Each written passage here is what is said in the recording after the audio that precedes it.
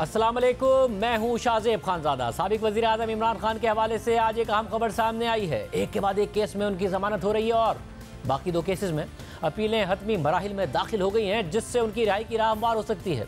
इसके अलावा वफाकी हुकूमत ने इमरान खान की कल सुप्रीम कोर्ट में नैब तरामीम कलअदम करार देने के खिलाफ हुकूमती अपीलों पर समाअत के दौरान वीडियो लिंक पर पेशी के इंतजाम मुकम्मल कर लिए हैं। चीफ जस्टिस काजी फाइजा की सरबराही में 5 रुकनी लार्जर बेंच अपील की समाअत करेगा, जिसमें सुप्रीम कोर्ट ने इमरान खान की अडियाला जेल से वीडियो लिंक पर हाजिरी का हुक्म दे रखा है। दूसरी तरफ आज इस्लामाबाद हाई कोर्ट ने 190 मिलियन पाउंड स्कैंडल में इमरान खान की जमानत मंजूर कर ली है और 10 लाख रुपए के मचलकों के एवज रिहा करने का हुक्म दे दिया है। इस्लामाबाद हाई कोर्ट के चीफ जस्टिस आमिर फारूक और जस्टिस तारिक महमूद जहांगीरी ने गुज़िश्ता रोज फरीक़ैन की जानिब से दलाइल मुकम्मल होने पर फैसला महफूज किया था, जो कि आज सुना दिया गया है। तहरीरी फैसले में कहा गया है कि कानूनी फ्रेमवर्क मुआहिदा जिसमें प्रॉपर्टी टाइकून के खानदान और NCA के दरमियान लेन देन के शवाहिद हैं, वो रिकॉर्ड पर नहीं है, लेकिन हुकूमत पाकिस्तान से डीड ऑफ कॉन्फिडेंशियलिटी 6 नवंबर 2019 को हो गई, मगर उसकी मंजूरी 3 दिसंबर 2019 को ली गई, जिसमें लेन देन की पुरानी तारीखों से मंजूरी शामिल नहीं है।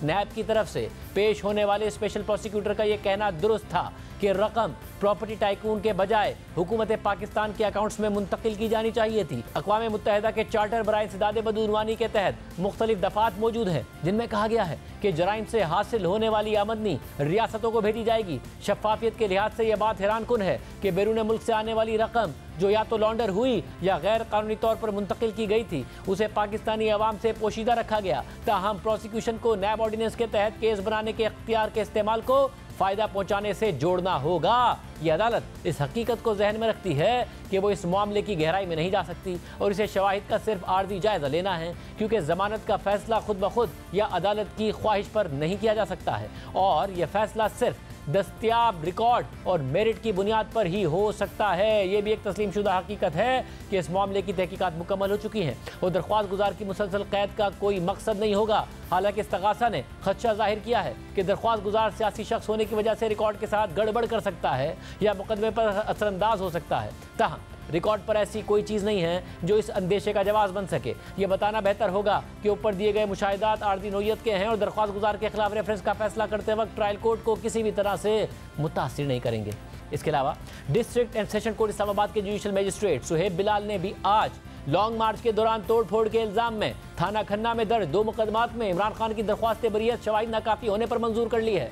इमरान खान पर लॉन्ग मार्च करने और दफ़ा 144 की खिलाफ वर्जी करने पर 2022 में मुकदमा दर्ज हुआ था, जिसमें आज उनकी बरियत हो गई है। इससे पहले तोशाखाना केस में 1 अप्रैल को इस्लामाबाद हाई कोर्ट के चीफ जस्टिस आमिर फारूक और जस्टिस मियां गुल हसन औरंगजेब पर मुश्तमिल बेंच इमरान खान की सज़ा मुअत्तल कर चुका है, लेकिन बरियत और जमानत के इन अहकामात के बावजूद इमरान खान अडियाला जेल में ही रहेंगे, क्योंकि वो साइफर और इद्दत केस में सज़ा मुअत्तली तक रिहा नहीं हो सकते हैं। साइफर केस में सज़ा के खिलाफ इमरान खान की अपील पर समाअत अब हतमी मरहले में दाखिल हो गई है। आज इस्लामाबाद हाई कोर्ट के चीफ जस्टिस आमिर फारूक और जस्टिस मियां गुल हसन औरंगजेब पर मुश्तमिल बेंच ने इस केस की समाअत करना थी, जिसमें FIA के प्रोसिक्यूटर ने अपने दलाइल मुकम्मल करना थे, जिसके बाद इमरान खान के वकील ने जवाबी दलाइल देने थे। लेकिन आज इस्लामाबाद हाई कोर्ट के चीफ जस्टिस आमिर फारूक की कॉज लिस्ट मनसूख होने की वजह से इस केस की समाअत नहीं हो सकी है। दूसरी तरफ district and session court Islamabad में दौरान इद्दत निकाह केस में सजा के खिलाफ इमरान खान और बुशरा बीबी की अपीलें भी हतमी मरहले में हैं, जिनकी अगली समाअत 23 मई को होगी। अब एक तरफ जहां इमरान खान के खिलाफ अहम केसेस मंतकी अंजाम की तरफ बढ़ रहे हैं,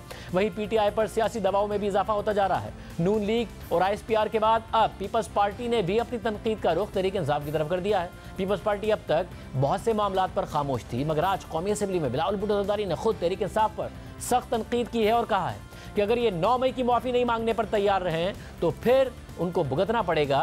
ये खुल्लम खुल्ला दहशतगर्दी है, ये एहतजाज नहीं बल्कि हुकूमत और फौजी क़यादत के खिलाफ बगावत थी जो नाकाम रही। मैं 9 जैसा संगीन वाकया को मजम्मत करने के लिए तैयार नहीं। अपना जो मिलिटेंट विंग इस मई 9 में इन्वॉल्व था, उनका मजम्मत करने के लिए तैयार नहीं, उनसे डिस्टेंस करने के लिए तैयार नहीं, तौबा करने के लिए तैयार नहीं। अगर ये मई 9 का माफी मांगने के लिए तैयार नहीं है तो फिर इनका रोना धोना जारी रहेगा, इनको भुगतना पड़ेगा। जो उनका मिलिटेंट विंग है उनसे उनको दूर होना चाहिए। उनमें से कुछ गंदे अंडे होंगे जो इस किस्म का साजिश में मुलव्विस थे, अगर वो ये करने के लिए तैयार नहीं है तो फिर वो ये कह रहे हैं जनाब स्पीकर के ये सारे के सारे गंदे अंडे ही है। ये खुलम खुला दहशतगर्दी था, ये कू था जनाब स्पीकर, एक कू, ना सिर्फ हुकूमत वक्त के खिलाफ मगर फौजी क़यादत के खिलाफ एक कू अटेम्प्ट था और नाकाम रहा। बिलावल भुट्टो ज़रदारी ने यह भी कहा कि तहरीक इंसाफ को बात सिर्फ इस्टेब्लिशमेंट से करनी है और उन्हीं के पांव पकड़े हुए हैं। बात एक करते हैं मगर सियासत उनका कुछ और। बात अगर करना है जनाब स्पीकर तो सिर्फ हमारा अफवाज से, बात अगर करना है जनाब स्पीकर तो सिर्फ हमारा एस्टैब्लिशमेंट से। पाँव किसी का पकड़ा हुआ है जनाब स्पीकर तो उन्हीं का पाँव पकड़े हुए हैं। बात एक करते हैं, सियासत एक चमकाते हैं। सियासतदानों को तो इनकार कर रहे हैं, आपसे बात नहीं करते। वो जानते हैं कि किसका पांव पकड़ना पड़ेगा। कायदे हिज़्ब इख्तिलाफ लेक्चर दे रहा था आइन पे और आइन का बालादस्ती पे कि सियासत में मुदाखलत ना करो, उन्हीं को तो वो पांव पकड़ के जबरदस्ती मुदाखलत करवा रहे हैं जनाब स्पीकर। बिलावल भुट्टो ज़रदारी ने वज़ीर आला खैबर पख्तूनख्वा यमीन गंडापुर को ड्रामेबाज और तोहफा करार देते हुए कहा कि हकीकत कुछ और है और वो दिखाते कुछ और हैं। उन्हें वज़ीर आला किसी और ने बनाया है। इसके अलावा आज मौलाना फजलुर रहमान ने भी मीडिया से बात की है और 3 मुतालबात सामने रखते हुए कहा कि हुकूमत मुस्ताफ़ी हो जाए, इलेक्शन दोबारा हो और फ़ौज इलेक्शन से दूर रहे। जो हमारे मुतालबे हैं असरनो इलेक्शन, हुकूमत मुस्ताफ़ी हो जाए और फौज इलेक्शन से दूर रहे। किसी एजेंसी का इलेक्शन से कोई ताल्लुक नहीं होगा। इलेक्शन को इतना बदनाम कर दिया है कि इसको इलेक्शन कहना ही ना जाए। पूरी सूरत हाल पर बात करेंगे। हमारे साथ मौजूद हैं सीनियर साहब बड़ाई साहब बहुत शुक्रिया हमें शो में ज्वाइन करने के लिए। ज़ाहिर है फौज और इमरान खान आमने सामने नज़र आ रहे थे, बयानात हो, प्रेस कॉन्फ्रेंस हो पीटीआई की तरफ से और फिर आईएसपीआर की तरफ से, फिर नून लीग और अब पीपल्स पार्टी खामोश थी इस सारे मामले में। इनफैक्ट इलेक्शन के बाद तो इस ख्वाहिश का इजहार किया कि आप हुकूमत बनाइए, मैंडेट के एहतराम की बात की। आज दहशतगर्द जमात, पाँव पकड़ना, सख्त तनकीद, 9 मई पर माफ़ी। आपको लग रहा है कि मुश्किलात में इजाफा होने जा रहा है तहरीक इंसाफ की, यहाँ दूसरी तरफ ज़्यादा प्रेशर फील हो रहा है? देखिए शाहजेब साहब, जिस तरफ हम जा रहे हैं इसे किसी तरह भी मुल्क के लिए खुश आइंद नहीं कहा जा सकता, क्योंकि या तो हो कि लड़कर कोई मामला तय हो जाए, लड़कर कभी मामला तय नहीं हुए। बात तो होनी चाहिए थी मफाहमत की, लेकिन बदकिस्मती है कि ना पीटीआई को ये समझ आ रही है कि मुल्क के अंदर मफाहमत से ही चीज़ें आगे बढ़ सकती हैं। कभी दुनिया में आप वायलेंस से पुरअमन जमहूरी निज़ाम कायम नहीं कर सकते। ये उनकी गलत फहमी है कि वो कोई बगावत करके या इनकलाब लाकर तब्दीली ले आएंगे। उसकी क्या वजह है कि पाकिस्तान जैसे तीसरी दुनिया के मुल्क में यहाँ फ़ौज बड़ी मजबूत है और हमने कोई ऐसी मिसाल अभी तक पाकिस्तान की तारीख़ में नहीं देखी कि कोई सियासी जमात इस तरह का इनकलाब जो है वो ले आए। अब दूसरी तरफ जो हुकूमत में बैठे लोग हैं उन्होंने पहले कोशिश की कि हम जो है ये इस मफाहमत की तरफ चलें और पीपल्स पार्टी भी पहले खामोश रही, लेकिन जब उनकी बाकायदा इंसल्ट हो रही थी कि भाई हमने आपसे बात ही नहीं करनी, तो फिर जाहिर है वो उनका भी एक सियासी मौक़िफ़ है। तो मेरी तो सब लोगों से ये रिक्वेस्ट है, चाहे वो मुक़्तदर हो चाहे वो हो, देखें लड़ कर भी क्या आखिरकार क्या वैसे मगर एक उम्मीद जो आप कह रहे हैं कि गलत फहमी है तहरीक इंसाफ की, उन्हें लगता है कि उनकी जो अजम्पशन है या जो इस वक्त असेसमेंट है वो दुरुस्त है, क्योंकि वो कहते हैं कि जो अदलिया है वहाँ से जो आवाज़ें उठ रही हैं वो एक रिलीफ का बाइस बनेंगी। इमरान खान साहब बाहर आएंगे और यहीं से रास्ता निकलेगा, बात करनी पड़ेगी, डील इमरान खान साहब को नहीं चाहिए। देखिए गुजारिश ये है कि पाकिस्तान जैसे मुल्क में ये तसव्वुर करना कि हमारी एस्टेब्लिशमेंट के ख़िलाफ़ सारा कुछ हो जाएगा, ये मुझे नामुमकिनात लगता है। उसकी क्या वजह है? उसकी वजह यह है कि पाकिस्तान का ये सेटअप ऐसा है कि आपको मोहतरमा बेनज़ीर भुट्टो ने 10 लाख का जुलूस निकाला था 10 अप्रैल को, 20 लाख भी लोग कहते हैं, चले 10 लाख कर लें सवाल। और वो कैंट से गुज़र के गई थी और उन्होंने जाके मीनार पाकिस्तान यही कहा था कि मैं अगर चाहती तो आज कैंट में या गवर्नर हाउस पर कब्ज़ा कर लेती या लोगों को कहती कि आप चले जाएं, लेकिन ये रास्ता ठीक नहीं है, उन्हें भी पता था कि ये रास्ता काबिल कबूल नहीं है। इसी तरह जो सियासी जमातें, जमहूरी जमातें हैं, तहरीक इंसाफ बहुत पॉपुलर है, बहुत लोगों की उसकी हमायत है, लेकिन ये ख्याल करना कि हम इनकलाब के ज़रिए या हम ज़बरदस्ती से इक़्तिदार में आ जाएंगे, ये मेरा ख्याल है कि ये ख्याल काम है और इसकी तरफ जाना नहीं चाहिए। जमहूरी जद्दोजहद करनी चाहिए। सवाल ये है कि दुनिया भर में जहाँ भी जमहूरियत है वहाँ फ़ौज भी है, फ़ौज आर्डर लाती है, फिर जमहूरियत होती है।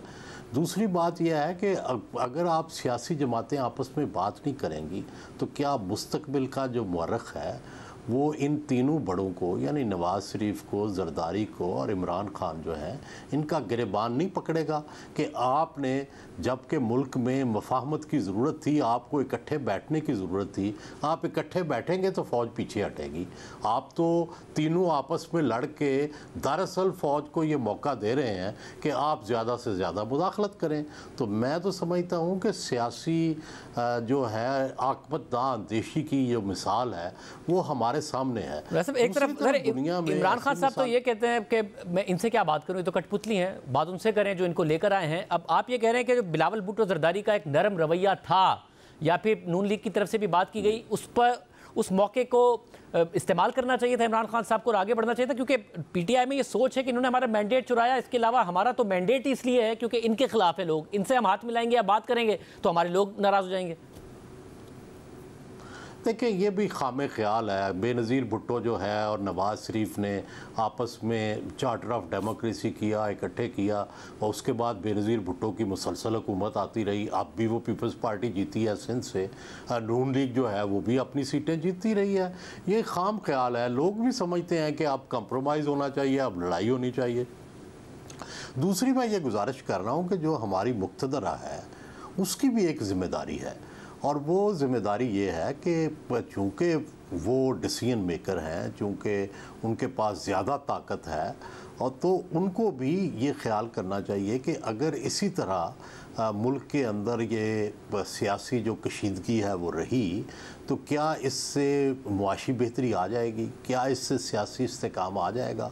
तो ये स्टांस जो है होगा क्या कि अगर फ़र्ज़ करो ये नहीं होगा तो हम 5 साल बाद थक के भी यही करेंगे, तो उस वक्त ये 5 साल ज़ाया हो जाएंगे। तो ज़रूरत इस बात की है कि ये जल्दी काम जो है इसको मतलब अगर खान साहब की एक असेसमेंट, जहां अदलिया से उम्मीद है, दूसरा उन्हें जून जुलाई में उम्मीद है कि बजट के बाद बहुत आवाम सड़कों पर निकलेंगे, बड़ी टफ कंडीशंस होंगी, इकॉनमी के जो हार्डशिप्स होंगी आवाम पर, उसकी वजह से आवाम सड़कों पर आ जाएंगे और यहाँ से इस हुकूमत का जो बोरिया बिस्तरा है वो लपेट दिया जाएगा। देखिए, हमने पूरी पाकिस्तान की 75 साल तारीख़ हमारे सामने है। अगर फ़ौज और हुकूमत आपस में नहीं लड़ते तो कौन बोरिया बिस्तर गोल करेगा। हमने देखा है कि अगर फ़ौज और हुकूमत इकट्ठे हों तो फिर तो कुछ नहीं होता, या तो फ़ौज और हुकूमत में इख्तलाफ हो जाए तो फिर तो ज़ाहिर है हुकूमत चली जाएगी। तो वो इस वक्त उनका मफाद एक है, तो इसलिए मेरा ये ख्याल है कि ये तहरीक इंसाफ की ये एजम्पशन जो है वो गलत है। बेहतरीन तरीका ये था, मैं कई दफ़ा ये सजेस्ट भी कर चुका हूँ कि एक पार्लिमानी कमेटी बनाई जाती जो कि ये धांधली का वाला मामला, जिनकी शिकायत हैं जिन हलकों के बारे में, उसकी तहकीक करती, या जुडिशल कमीशन बना लेते। तो ये इस तरीके से अगर चलेंगे तो आप सिस्टम के अंदर अपनी जगह बनाते जाएंगे।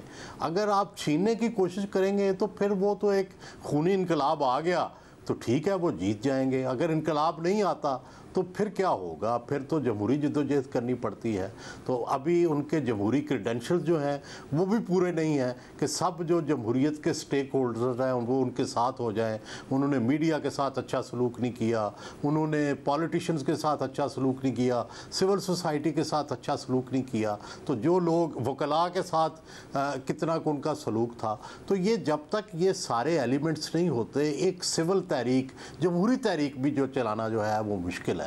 तो मेरा ये ख्याल है कि उनको इलेक्शन में जो कामयाबी मिली है उसको समेटना चाहिए और उसको समेट के पार्लियामान के ज़रिए रास्ता निकालना चाहिए। देखें, डायलॉग तो हो रहा है, पार्लियामान के अंदर जब लीडर ऑफ द अपोजिशन और लीडर ऑफ द हाउस इकट्ठे बैठते हैं एजेंडे के लिए, तो जहां वो उस हाउस को चलाने की बात करते हैं, वो वहां पे कोई रास्ता निकालने की बात क्यों नहीं करते? तो ये एक रास्ता तो मौजूद है जो सारी दुनिया में पार्लियामान के रास्ते से ही चीज़ें निकलती हैं, वहाँ डायलॉग शुरू कर दें। तो फिर तो 100 हैं डायलॉग करने के। एक उम्मीद दायरे अदलिया से जिस पर आपने तबसरा किया, एक आवाम से उस पर आपने तबसरा किया, एक उम्मीद उनकी मौलाना फजल रहमान से भी है। और मौलाना फजल रहमान ने आज इस्तीफे का मुतालबा किया है। आपको लगता है कि यह खतरा बन सकता है अगर यहाँ हाथ मिल जाए और सड़कों पर मिलकर निकले मौलाना फजल रहमान और PTI?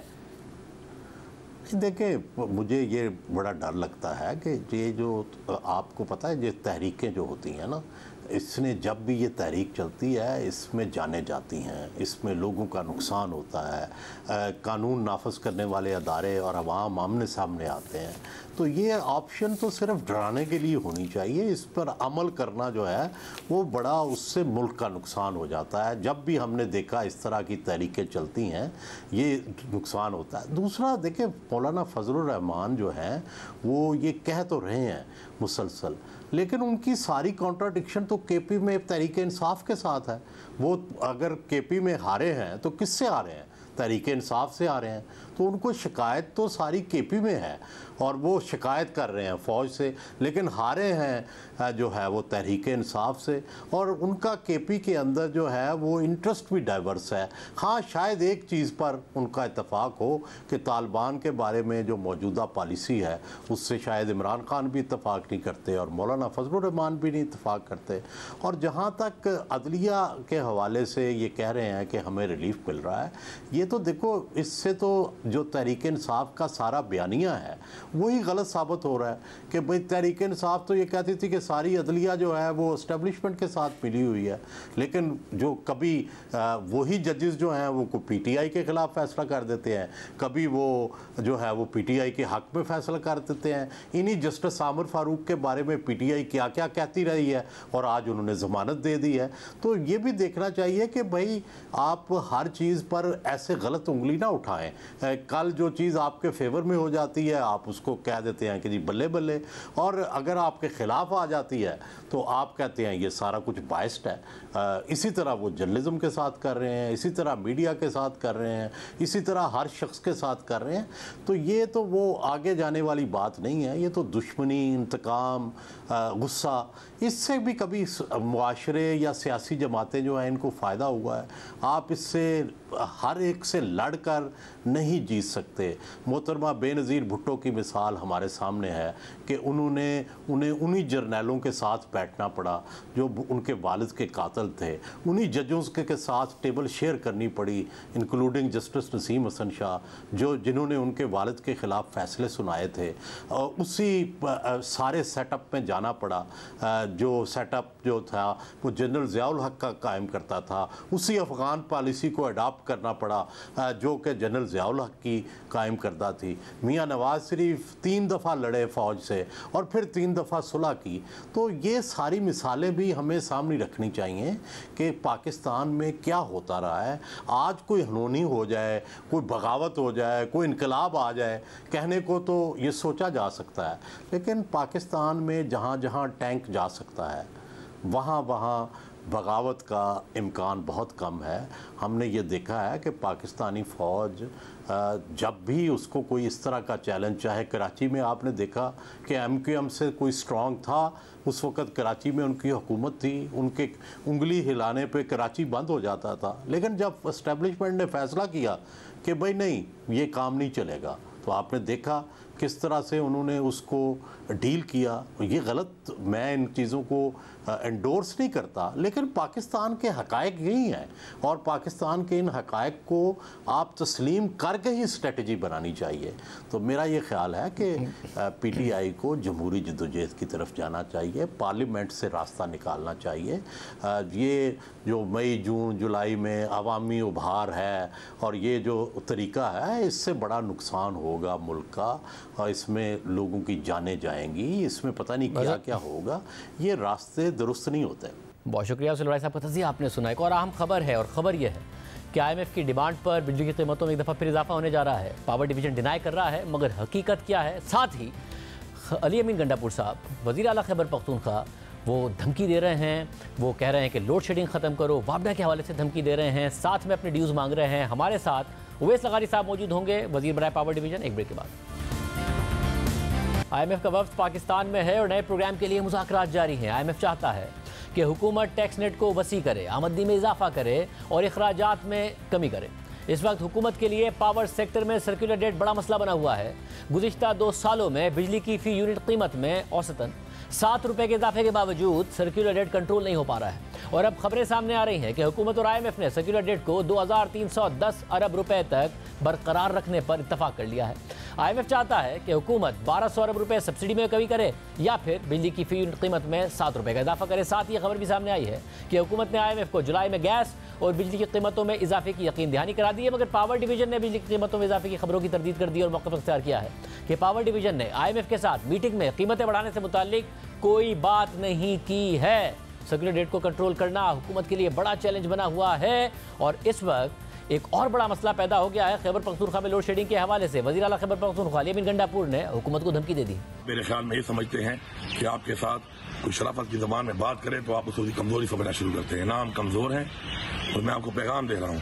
दस को चीज़ से अभी मेरी बात हुई है, जहाँ पर 22 से 20 घंटे लोड शेडिंग है, अगर वहाँ 5 से 6 घंटे का रिलीफ ना मिला, आज रात तक शेड्यूल ना जारी हुआ और जहाँ 16 घंटे है वहाँ 12 घंटे ना हुआ और इसी तरह जहाँ पे लोड शेडिंग है उस पर कमी ना आई, तो मैं आपको वाज़ेह पैगाम दे रहा हूँ कि कल मैं पेस्को चीफ के ऑफिस खुद जाऊँगा और फिर मैं खुद बैठ के वहाँ से शेड्यूल बनाऊंगा और फिर अगर पेस्को चीफ यहाँ मुझसे यहाँ पे रहेगा KP में तो वो फिर मेरे शेड्यूल के मुताबिक चलेगा। तो बात करेंगे वज़ीर पावर डिवीजन उवैस लगारी साहब हमारे साथ मौजूद। लगारी साहब बहुत शुक्रिया हमें ज्वाइन करने के लिए। लगारी साहब, ज़ाहिर है ये खबर आई कि 7 रुपये फ़ी यूनिट बिजली में मजीद इजाफा होगा कीमतों में। पावर डिवीजन ने इसको डिनाई किया कि ऐसी कोई बात नहीं है, ना ही IMF के साथ इस किस्म का कोई एग्रीमेंट हुआ है। अब ये बात तो तय है कि सर्कुलर डेट नहीं कंट्रोल हो पा रहा है। ये बात भी तय है कि जो आपकी रेवेन्यू रिक्वायरमेंट है वो अगले माली साल में बहुत ज़्यादा होगी पिछले माली साल के मुकाबले में।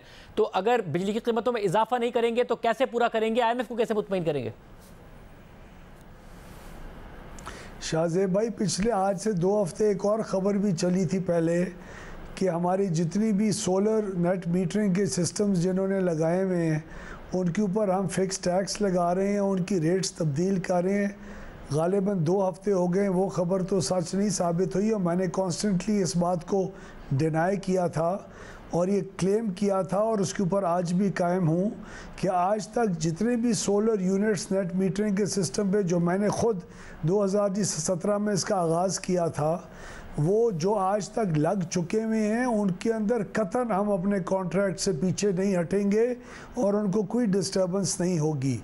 जब अगले 1-2 साल के अंदर जितना उसमें इजाफा होगा उसके मुतालिक जब गवर्नमेंट सोचेगी तो वो आइंदा लगाने वालों के लिए सिर्फ उस किस्म की रजीम अनाउंस की जाएगी जिसकी बेसिस के ऊपर उनका पूरा हक होगा कि वो लगाएं या ना लगाएं। अब आज की जो टैरिफ की बात है, मगर ये टैरिफ वाली बात पर आने से पहले लगाई साहब, वो टैरिफ वाली बात पर आने से पहले आप ये कह रहे हैं कि आइंदा जो भी सोलर लगेगा उस हवाले से आप सोच रहे हैं कि नेट मीटरिंग का फॉर्मूला चेंज हो, ये सब चीज़ें चेंज हो?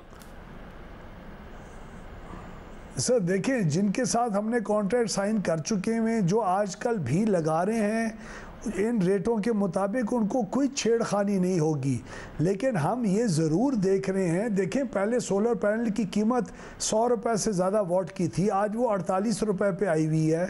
हम ये ज़रूर इंश्योर करेंगे जो आज जो इन्वेस्टर इन्वेस्ट करेगा कल या परसों, उसको अपनी 2-3 साल के अंदर पैसे पूरे हो जाएं जिस तरह हमेशा हुआ करते थे।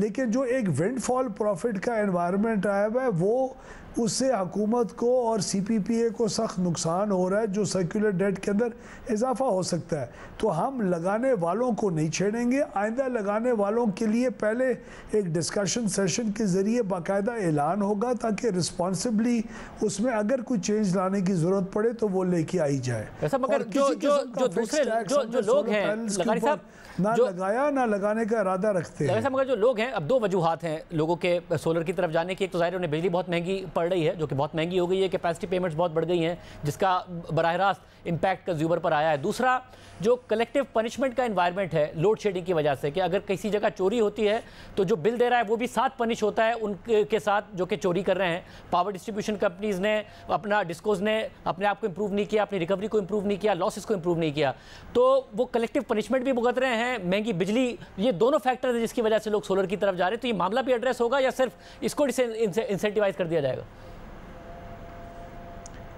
जी, ना सिर्फ शाहजेब भाई जा रहे हैं, बल्कि हम चाहेंगे कि वो जाते रहें। हम चाहेंगे कि जो लोड है सिस्टम के ऊपर, वो लोग भी उसके अंदर उसका शेयर करें और अपनी इन्वेस्टमेंट्स बीच में करें। और हमें बहुत एक पॉजिटिव फ़ायदा भी हुआ है, रिन्यूएबल एनर्जीज़ बढ़ी हैं, लेकिन हमारा असल में चैलेंज सबसे बड़ा ये है कि अपनी कैपेसिटी पेमेंट्स की जो एक झंझाल के अंदर हम फंसे हुए हैं। बिकॉज हमने सोचा था कि डिमांड इतनी बढ़ेगी। आज से 10 साल पहले यूनिट लगाने वालों ने, इकॉनमी नीचे की तरफ गई, कोविड आया, इकॉनमी की डिमांड कम हुई, पावर की डिमांड कम हुई, उसकी वजह से हम मार खा रहे हैं। तो उसको चेंज करने के लिए बहुत सारे सेक्टोरल रिफॉर्म्स हैं, जिसका हमने बाकायदा उसका अहाता कर लिया है। और अगले 3 से 4 साल में ट्रांसमिशन के जो मामलात हैं उनमें बेहतरी ला के, जनरेशन का फ्यूल मिक्स बेहतर करके और इकदामात उठा के, डिस्ट्रीब्यूशन कंपनीज का बेड़ा गर्क हुआ है। डिस्ट्रीब्यूशन कंपनीज को हम अपनी JSAs और ASAs और मिनिस्टर्स के ज़रिए और बोर्ड्स के ज़रिए जो चलाने की कोशिश करते रह गए, वो बोर्ड्स में सकत ही नहीं थी। अब हम बोर्ड्स को भी चेंज कर रहे हैं। एक सियासी इंटरफेरेंस भी नहीं होगी किसी मेंबर ऑफ द बोर्ड के अंदर। इंशाल्लाह वो बोर्ड्स इन कंपनियों को बेहतर करेंगे। आपको अगले 2-3 साल के अंदर आज से एक बेहतरी का इजाफा होना शुरू आप महसूस करेंगे और बेहतरी आएगी। जहां तक कीमत की बात, अगर प्राइवेटाइज करेंगे, मेरा पहला सवाल लगाई साहब माज़ा के साथ, मेरा पहला सवाल ज़ाहिर कीमत पर था, मगर वो जवाबों से सवाल निकलते जा रहे हैं, तो मैं उस सवाल पर आने से पहले, प्राइवेटाइज कर रहे हैं पावर डिस्ट्रीब्यूशन कंपनीज को, ये हतमी फैसला है या ये बोर्ड बदलना और हुकूमत की? एब्सोल्युटली नहीं, एब्सोल्युटली बोर्ड बदले जा रहे हैं, लेकिन बोर्ड ये नहीं करेंगे कि हम वेट करेंगे जी प्राइवेटाइजेशन का, जब तक नहीं होती तो देखी जाएगी। नहीं, कस्टमर केयर सर्विसेज, चोरी को रोकना, क्लैप डाउन करना, सही ऑफिसर्स को रखना, बाकियों को फायर करना। जो नहीं प्रोवाइड हमें करे सर्विसेज और जो हमें रिजल्ट्स नहीं दे रहे, ज़ीरो किस्म की टॉलरेंस होगी। कोई किसी किस्म की इंटरफेरेंस नहीं बर्दाश्त की जाएगी इंशाल्लाह, और ना की जा रही है। तो हम सब प्राइवेटाइजेशन की तरफ भी जा रहे हैं, और कुछ ऐसी कंपनीज हैं जिनको हमने ये फैसला कर रहे हैं कि उनको लॉन्ग टर्म कंसेशन एग्रीमेंट्स के ज़रिए उनको एक ऑपरेशनल, एक मैनेजमेंट कॉन्ट्रैक्ट्स के ज़रिए दिया जाए, और जब इम्प्रूवमेंट हो जाए फिर उसके अंदर वैल्यू एडिशन करके उनको प्राइवेटाइज किया जाए। और अब कीमत पर आते हुए, ज़ाहिर जो कैपेसिटी पेमेंट की आप बात कर रहे हैं, वो पिछले 4-5 साल में ही तकरीबन 2.5 गुना बढ़ गई हैं। अगर इस फिस्कल ईयर की भी बात की जाए तो कैपेसिटी चार्ज ही तकरीबन 17 रुपये फ़ी यूनिट का है, और अगर जो एनर्जी चार्ज है वो 7 रुपये 63 पैसे का, यानी कैपेसिटी पेमेंट का चार्ज बहुत बड़ा है। तो क्या ये चार्ज, जो कि बहुत ज़्यादा बड़ी वजह बन रहा है सर्कुलर रेट में इजाफे का, IMF कन्विंस नहीं हो रहा है आपको बिजली की कीमतें बढ़ाने का और प्रेशर दे रहा है? आप डिनाई तो कर रहे हैं, मगर ये प्रेशर है या नहीं है? नहीं, देखें, IMF के साथ हमने सेक्टोरल रिफॉर्म्स की बात की है। उसके अंदर हमारे लिए बहुत बड़ा चैलेंज है कि इन रिफॉर्म्स के ज़रिए अपनी डिमांड को बढ़ाएं। डिमांड को किस तरह बढ़ा सकते हैं? हम डिमांड को बढ़ा सकते हैं कीमत कम करके। जब कीमत कम करेंगे तो लोग उसका इस्तेमाल ज़्यादा करेंगे। एक तो ये तरीका होता है। दूसरा ये होगा कि हम अपने फ्यूल मिक्स को बेहतर करें। आप फ्यूल मिक्स को बेहतर किस तरह कर सकते हैं? इंपोर्टेड कोल के बजाय लोकल कोल इस्तेमाल करना शुरू करें। उसके लिए 4 प्लांट्स हैं, उनको अगले 5 सालों में 18 महीने की वक्फे से तमाम प्लांट्स को हम लोकल कोल के ऊपर लेके जाएं। एक और भी इसका तौर तरीका है, हमारे नॉर्थ साउथ की जो ट्रांसमिशन लाइंस हैं उसके अंदर प्रॉब्लम्स हैं, कनेक्टिविटी नहीं है। 2-2.25 रुपये यूनिट का तो सिर्फ अगर वो कनेक्टिविटी हो जाए तो उसके ऊपर असर वो हो जाता है, पड़ जाता है। विंटर्स के अंदर हमारी डिमांड होती नहीं है, हम 12,000-13,000 मेगावाट पे आ जाते हैं, कैपेसिटी की वजह से मार खा रहे होते हैं। उस 18,000 मेगावाट को हमें चाहिए, कीमतों को ड्रॉप करके इंसेंटिवाइज करके इंडस्ट्री को वो कीमतें दें ताकि उन लोगों की डिमांड ऊपर बढ़े। तो ये तमाम चीज़ें एक क्लब होके आएंगी। इन तमाम रिफॉर्म्स को एक एक करके हम करेंगे। हर रिफॉर्म के इनिशिएटिव की वजह से कहीं 2 रुपए यूनिट हमें मिलेगा, कहीं 3 रुपए यूनिट का असर पड़ेगा, उससे कीमतें कम आएंगी, उससे डिमांड ऊपर बढ़ेगी, ये जो कैपेसिटी होगी। ये जो प्लान है, और भी मैं आपको इशू बताऊं, ये जो प्लान है, मगर मसला है कि ये जो प्लान है उसके लिए IMF का कन्विंस होना बहुत जरूरी है। माजी में भी हुकूमतों ने बहुत बड़े बड़े दावे किए हैं कि हम डिस्ट्रीब्यूशन को इंप्रूव करेंगे, कलेक्टिव पनिशमेंट खत्म करेंगे, इतनी बिजली मौजूद है, लोड शेडिंग नहीं होनी चाहिए, इसलिए चोरी को खत्म करके यकीनी बनाए। हुआ नहीं कुछ। तो IMF का भरोसा नहीं रहा है पिछले कई सालों में पाकिस्तान के साथ डील करके। आप ये कह रहे हैं ये प्लान आप IMF के सामने रख रहे हैं और वो मान भी रहा है कि हाँ जी आप बिजली की कीमतों में इजाफा ना करें, इस प्लान पर अमल करें, हम नए प्रोग्राम की तरफ चले जाएंगे आपके साथ। नहीं शाहजेब भाई, एक सेकंड। बिजली की कीमतों के अंदर इजाफा करना या ना करना और उसकी टैरिफ देखें, बिजली की कीमत में इजाफा है क्या? मैं आपको बता दूं बिजली की कीमत का सिस्टम है क्या। साल में एक दफ़ा डिटरमिन होता है कि अगले साल में पूरे अगले आने वाले साल के अंदर हमारा ख्याल है कि यूनिट की कीमत 28 रुपये होनी चाहिए, पिछले साल जिस तरह डिटरमिन किया गया। उसके बाद QTA और FCA 2 चीज़ें होती है, यानी इंटरेस्ट रेट, फ्यूल की कीमत, कैपेसिटी का इस्तेमाल होना। इनकी वजह से आप देख रहे हैं हर महीने और हर 3 महीने में टैरिफ की एडजस्टमेंट होती है। कभी 4 रुपये ऊपर जाता है, कभी 3 रुपये नीचे आता है। वो इंटरनेशनल हालात, आपके मुल्क के इंटरेस्ट रेट्स, आपकी इन्फ्लेशन, आपका CPI, अमेरिका का CPI, क्योंकि आपने डॉलर टर्म्स में लोन्स लिए होते हैं, उसकी वजह से आपकी कीमतों के अंदर ऊपर नीचे होती है। अभी जो साल के एंड में या जून या जुलाई में अगले पूरे साल के लिए जो पूरा रेट डिटरमिन होगा, उसमें IMF का कोई लेना देना नहीं है, कोई ताल्लुक नहीं है। हमने अपने इसलिए ताल्लुक है कि IMF 10 अरब रुपए से ऊपर नहीं जाने देना। IMF बैलेंस शीट देखता है ना कि हुकूमत को कितने लॉसेस का सामना होगा, हुकूमत कितनी सब्सिडीज देगी, सब्सिडीज कम करके सर्कुलर डेट को कंट्रोल करेगी। सर्कुलर डेट पे तो मुसलसल IMF ने सवाल पूछा है, उसका तो हमेशा से ताल्लुक रहा है। अब मसला यह है, जैसा आपने कहा कि पिछले साल के लिए सवाल कर लूँ, मुझे सवाल प्रेस करने दीजिएगा। इस माली साल के लिए जो रेवेन्यू रिक्वायरमेंट थी पावर डिवीजन की, वो थी 3281 अरब रुपए। अगले माली साल के लिए क्योंकि कैपेसिटी पेमेंट भी बढ़ जाएंगी, एनर्जी चार्ज भी, तो रिक्वायरमेंट है 4000 अरब रुपए, 4 ट्रिलियन, यानी कि तकरीबन 25% आपकी रेवेन्यू रिक्वायरमेंट ज़्यादा होगी। अब ये 25% जो इजाफी रेवेन्यू रिक्वायरमेंट है, या आप IMF को कैसे कन्विंस करेंगे कि आप बिजली की कीमतों में इजाफा किए बगैर इसे पूरा कर लेंगे? सिर्फ 3281 अरब रुपए की रिक्वायरमेंट को मत देखिए आप। इस 4281 अरब या जो भी आपने फिगर दिया है, ये एक रिसर्च फर्म का एस्टीमेट है, आपका अगर अलग है तो बता दीजिएगा। जी दुरुस्त फरमा रहे हैं, बिल्कुल दुरुस्त फरमा रहे हैं आप। आपकी रिसर्च भी बहुत हाई क्वालिटी की है। मैं आपको ये अर्ज़ कर रहा हूँ कि जितनी भी हमारा IMF के साथ या अपने आप के साथ जो मुआहदा है और होना चाहिए, वो ये है कि हम सर्कुलर डेट को 2310 अरब रुपए से ऊपर ना जाने दें। इसको हमने सर्कुलर डेट में इजाफा नहीं करने देना, वो नेट ज़ीरो के ऊपर रखना है। उसके ऊपर ना सिर्फ हम IMF बल्कि अपने आप के साथ भी कमिटेड है। उसके लिए अब रेट्स की क्या होगा, इंटरेस्ट रेट्स क्या अगले साल एक्चुअली फिगर आउट करेंगे, क्या नहीं होंगे, उसके लिए हर साल के शुरू में एक कीमत का तयन किया जाता है अगले साल के लिए। उस कीमत के तयन के अंदर 6-7 सिनारियो पेंट किए जाते हैं। वो 6-7 सिनारियो जो हैं वो CPPA नेपरा को देती है और वो नेपरा उसकी बेसिस के ऊपर एक डिटर्मिनेशन जुलाई के अंदर देता है जो 1 जुलाई को आएगी। हम उन बेसिस के ऊपर कर रहे हैं, लेकिन आप प्लीज़ इस बात के ऊपर भी अल्हम्दुलिल्लाह हमें बड़ा अपने आप के ऊपर कॉन्फिडेंस है कि पहली दफ़ा शाहजेब साहब आप कह रहे हैं IMF क्यों मान रहा है आपकी बात, इस दफ़ा क्यों मान जाए, हर दफ़ा प्लान्स होते हैं। इस दफ़ा प्लान्स को हमने साबित करना शुरू कर दी है। जो स्टेप्स इस वक्त पिछले 2 महीने के अंदर शहबाज शरीफ ने पावर सेक्टर रिफॉर्म्स के सिलसिले में अपनी मीटिंग्स के ज़रिए फ़ैसले कर चुके हुए हैं।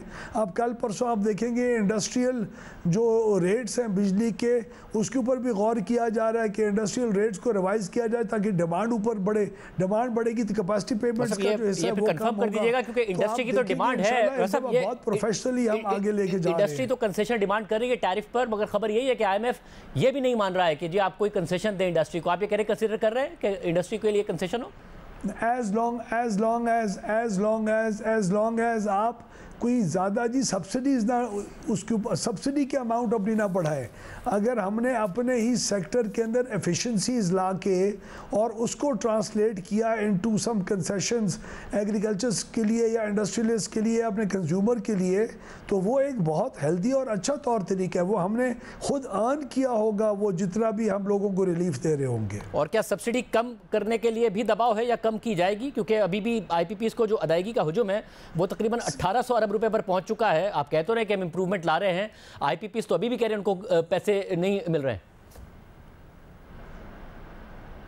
पैसे दिए जा रहे हैं जी, तकरीबन 87% तो उनकी पेमेंट्स हो रही हैं। कई आईपीपीएस को तकरीबन हमने एक रफली 87% पे रखा हुआ है, लेकिन इसका कॉन्फिडेंस साथ साथ इंक्रीज़ होता जा रहा है और हालात बेहतरी की तरफ जा रहे हैं। पर साहब मुझे साथ में भी बताइएगा कि एक स्कैंडल है और वो है कोल के हवाले से। आपके आने से पहले जब गुज़िश्ता हुकूमत थी और पीडीएम ही की हुकूमत थी कि जो साहिवाल पावर प्लांट है, उस कोल पावर प्लांट, उसमें बाकायदा तौर पर महंगा कोल ख़रीदा गया। दो जो सप्लायर्स थे उन्हें बेनिफिट किया गया, जिसकी वजह से जो बिजली थी वो तकरीबन 28 से 30 रुपये फ़ी यूनिट बनी, हालांकि उसे 18 से 19 रुपये फ़ी यूनिट बनना चाहिए था। फिर बाकायदा तौर पर स्पॉट बाइंग लाई गई, दूसरे सप्लायर्स आए जब इस बात को देखा गया और वो 28 से 29 रुपए की बजाय 18 से 19 रुपए के दरमियान आ गई। मगर फिर जो नए सप्लायर्स थे उन्हें किसी भी तरीके से पिनलाइज करके डिस्क्वालीफाई किया गया। वो जो पुराने सप्लायर्स थे उन्हीं को लाया गया और एक बहुत बड़ा स्कैम है कि अरबों रुपए का, तकरीबन 40 से 50 अरब रुपए का नुकसान पहुंचाया गया। आउटगोइंग केयर टेकर जो एनर्जी मिनिस्टर थे वो बाकायदा तौर पर इसकी इन्वेस्टिगेशन कर रहे थे, एक लिख के भी गए खत। नेपरा के भी एक्स ऑफिशियल्स कह रहे हैं कि बहुत बड़ा स्कैम है। आप किस तरीके से देख रहे हैं इसको कि कोल की प्रोक्योरमेंट में साहिवाल पावर प्लांट में इतना बड़ा स्कैम हुआ है? जब मैं इस मिनिस्ट्री में आया तो ये इशू मैंने उसको कन्फ्रंट किया और ये मैंने प्राइम मिनिस्टर साहब के दफ्तर के अंदर भेज के इसके ऊपर स्पेशल एक हाई पावर्ड इन्वेस्टिगेशन टीम बनाने की दरख्वास्त की और अल्हम्दुलिल्लाह उसकी जो इंक्वायरी कमेटी है उसका बाकायदा नोटिफिकेशन इशू हो चुका हुआ है मुकम्मल टर्म्स ऑफ रेफरेंस के साथ। उसमें finance minister, defence minister, petroleum minister और बहुत सारे सीनियर ऑफिशियल्स भी शामिल हैं। उसका नोटिफिकेशन हो चुका है और उसका रिज़ल्ट जल्दी प्राइम मिनिस्टर साहब को ये कमेटी पेश ज़रूर करेगी। हम बहुत एक हाई लेवल के ऊपर इसकी एक इंक्वायरी करके बहुत बारीक बीनी से देख रहे हैं और अगर ये चीज़ साबित हो गई तो किसी को नहीं बख्शा जाएगा, चाहे वो जो मर्जी हो साहब। और क्योंकि पहले केयरटेकर ने जो एनर्जी मिनिस्टर थे उन्होंने की थी इन्वेस्टिगेशन, मार्च 15 तक उन्होंने रिकमेंडेशंस मांगी थी, रिपोर्ट मांगी थी, मगर वो शेल भी हो गया, कहा गया। मगर आप कह रहे हैं नए सिरे से बाकायदा मेरिट पर इन्वेस्टिगेशन हो रही है? शेल का मुझे पता नहीं, हमने तो और भी मजीद उसको इंशाल्लाह जी रॉकेट स्पीड लगाई है और इसको बहुत हाई लेवल के ऊपर इन्वेस्टिगेशन को ले गए। अरे एक और किसी किस्म का असरअंदाज ना हो सके किसी भी लेवल पे नीचे। एक और मसला खैबर पख्तूनख्वा का है, जो वहाँ के चीफ मिनिस्टर हैं वो कह रहे हैं कि जी लोड शेडिंग गैर एलानिया हो रही है, उसे ख़त्म किया जाए, अवाम के मसले का हल निकाला जाए और हमें चोर ना कहा जाए। हमारे अपने 1510 अरब रुपए हैं जो कि पन बिजली की मद में देने हैं, वो हमें दिए जाएँ। देखिए जी, चोर तो कहना किसी की ज़रूरत नहीं है किसी को जी। अखलाकी तौर के ऊपर तो हम तो नहीं कह सकते, इस किस्म की ज़बान नहीं इस्तेमाल कर सके, लेकिन ये तो हकीकत है कि 3 सूबों के अंदर जहाँ 750 अरब रुपए वसूल होता है वहाँ 425 अरब रुपए गुम भी होता है। तो 425 अरब रुपए गुम को सिर्फ महज सियासी स्टेटमेंट्स की भेंट चढ़ा के हमने तो नहीं रुकना, हमने तो पीछे पड़े रहना है। और अगर जहाँ हमें 7 रुपये आ रहा होगा और 4 रुपये नहीं आ रहा होगा, वहाँ जो नुकसान हो रहा है वो नुकसान कर करके अपने मुल्क का बेड़ा तो नहीं गर्क करना। तो हमने तो तमाम सूबों के चीफ मिनिस्टर से और पंजाब की चीफ मिनिस्टर ने तो ख़ुद इनिशिएटिव लेके मेहरबानी करके हमें हेल्प करना शुरू की। सिंध और बलूचिस्तान से भी हमारी बहुत पॉजिटिव इसके ऊपर स्टेप्स उठाए जा चुके हैं। परसों तो अली अमीन गंडापुर साहब ने ख़ुद मुझे फ़ोन करके कहा था कि मैं इंशाल्लाह पूरी कोशिश करूँगा कि आप लोगों को हेल्प करूँ। तो कभी कभी ये स्टेटमेंट्स इस किस्म की उनकी आ जाती है। अल्लाह करे हम रिस्पॉन्सिबली जो बिजली चोरी है और रिकवरी है उसके ऊपर फोकस करके रहें और उनको भी चाहिए इंशाल्लाह, मुझे पूरी उम्मीद है कि वो एक एहसास ज़िम्मेवारी के साथ इस अपने फ़र्ज़ को निभाएंगे इंशाल्लाह। अच्छा, ये बड़ी अहम बात है क्योंकि जो पावर थेफ्ट का मसला है तो वो तो जब पीटीआई की हुकूमत थी उस वक्त भी यही रिपोर्ट्स आती थी, खैबर पख्तूनख्वा में बिजली चोरी की, बलूचिस्तान में बिजली चोरी की, सिंध में, पंजाब में, वही जो रिपोर्ट्स हैं उसी की कंटिन्यूटी है। अब आप कह रहे हैं कि सियासी स्टेटमेंट ना दें और वो आपसे कमिट भी कर रहे हैं जब प्राइवेटली बात करते हैं कि जी वो कॉपरेट कोऑपरेट करेंगे तो आप जो उनका लोड शेडिंग का मसला उसको कैसे एड्रेस करेंगे? अगर ये उसी सूरत में होगा कि वो कोऑपरेट करें चोरी कम करने में, फिर लोड शेडिंग कम होगी? शाहजेब भाई हमें लोड शेडिंग करने की ज़रूरत क्या है जब हमारी डिमांड नीचे जा चुकी हुई 8% की? आप कैपेसिटी पेमेंट्स की बात कर रहे हैं। हमने अपने पैर के ऊपर खुद तो कुल्हाड़ा नहीं मारना कि बिजली बंद करें जहाँ डिमांड है और उनको दें ही ना, लेकिन जहाँ बिजली दें वहाँ उसमें से अगर 90% 95% बिजली के बिल ही ना बने, जो कुंडों के सिस्टम हो, ट्रांसफार्मर अलग लगे हों, तो वहाँ क्या करें हम? 90% पूरे पाकिस्तान का पैसा ज़ाया जाने दें? और खुशकिस्मती से आज तक हुकूमतों ने आज तक पाकिस्तान के अंदर पूरे पाकिस्तान में एक ही रेट रखा हुआ है। यानी अगर किसी एक फ़र्ज़ करें अगर देरा गाजी खान में चोरी हो, लोग कहेंगे फिर किसी और सूबे का नाम ले रहे हो, मैं अपने ज़िले का नाम ले लेता हूँ। अगर देरा गाजी खान के रीजन के अंदर चोरी हो रही है, मुल्तान की मैपको के अंदर, उसका जो खमियाजा है वो इस्लामाबाद वाला भी भुगत रहा है, या वो जी मर्दान वाला भी भुगत रहा है और वो सिंध वाला भी भुगत रहा है मेरी ज़िले में चोरी होने का, या उनके अजला में चोरी होने वाला कोई भी भुगत रहा है। तो अब एक जगह पे चोरी हो तो कौन कौन उसका बोझ उठाए सर? एक ईमानदार बिल पे करने वाला मुल्तान का या फैसलाबाद का या कराची का या घोटकी का जो शहरी है, वो पेशावर या किसी और जगह के या देरा गाजी खान की चोरी का भोग क्यों भोगे? तो ये तो बड़ा सीरियस मामला है ना जी। ये तो इररिस्पॉन्सिबली ऐसे स्टेटमेंट्स दे के तो नहीं, ये तो स्टेट को आपको सपोर्ट करना पड़ता है और करना पड़ेगा। किस तरह नहीं करेंगे जी? सपोर्ट करना पड़ेगा, इस मुल्क की खातिर करना पड़ेगा। बहुत शुक्रिया सगाई साहब की गुफ्तगू आपने सुनी। प्राइम ब्रेक शामिल करते हैं। IMF की एक और डिमांड आ रही है, उसकी तफसीलात आपके सामने रखेंगे ब्रेक के बाद। IMF की टीम पाकिस्तान में मौजूद है, मुज़ाकरात जारी हैं, टैक्स नेट में इजाफे का मुतालबा किया जा रहा है, सर्कुलर रेट में इजाफे को रोकने का मुतालबा किया जा रहा है और साथ ही खबर आई है कि SIFC के हवाले से भी IMF से बातचीत हो रही है। नुमाइंदा जियो न्यूज़ अशरफ मलकम की खबर के मुताबिक पाकिस्तान ने IMF को SIFC के ऑपरेशंस में शफाफियत की यकीन दहानी कराई और बताया है कि सरमायाकारी पब्लिक इन्वेस्टमेंट मैनेजमेंट फ्रेमवर्क के तहत होगी। SIFC के जरिए सरमायाकारी के गैर मुसावी मौके पैदा नहीं होंगे, किसी किस्म की तरगीबात या गारंटी शुदा वापसी का कोई वादा नहीं किया जाएगा। IMF को ब्रीफिंग में यह भी बताया गया है कि SIFC के लिए शफाफियत का तरीकाकार अपनाया जाएगा, सेंट्रल मॉनिटरिंग यूनिट की ऑपरेशनल कैपेसिटी बेहतर बनाई जाएगी। इसके अलावा FBR ज़राए से यह खबर भी सामने आई है कि आइंदा बजट में ताजिर दोस्त ऐप में शामिल न होने वालों के खिलाफ कार्रवाई की तजवीज़ दी गई है। इन ताजिरों को नोटिस भेजे जाएंगे और 10,000 रुपए तक जुर्माना आयद किया जाएगा। ज़राए के मुताबिक गैर रजिस्टर्ड कारोबार के खिलाफ इनकम टैक्स ऑर्डिनेंस सेक्शन 182 के तहत कार्रवाई हो सकती है। इसके अलावा आइंदा बजट में नॉन फाइलर्स की बैंक से कैश निकलवाने पर मजीद टैक्स लगाने की तजवीज़ ज़ेर गौर है। नॉन फाइलर्स की बैंक से 50,000 से ज़ायद रकम निकालने पर एडवांस टैक्स 0.6 से बढ़ाकर 0.9% करने की तजवीज़ है। नॉन फाइलर्स के कैश निकालने पर एडवांस टैक्स में इजाफे से 15 अरब रुपए से ज़ायद जमा करने का तखमीना लगाया गया है। इसके अलावा आइंदा बजट में गैर ज़रूरी और लग्जरी अशिया की इम्पोर्ट पर टैक्स बढ़ाने की भी तजवीज़ ज़ेर गौर है। आज के प्रोग्राम में इतना ही, दीजिए। अल्लाह हाफ़िज़।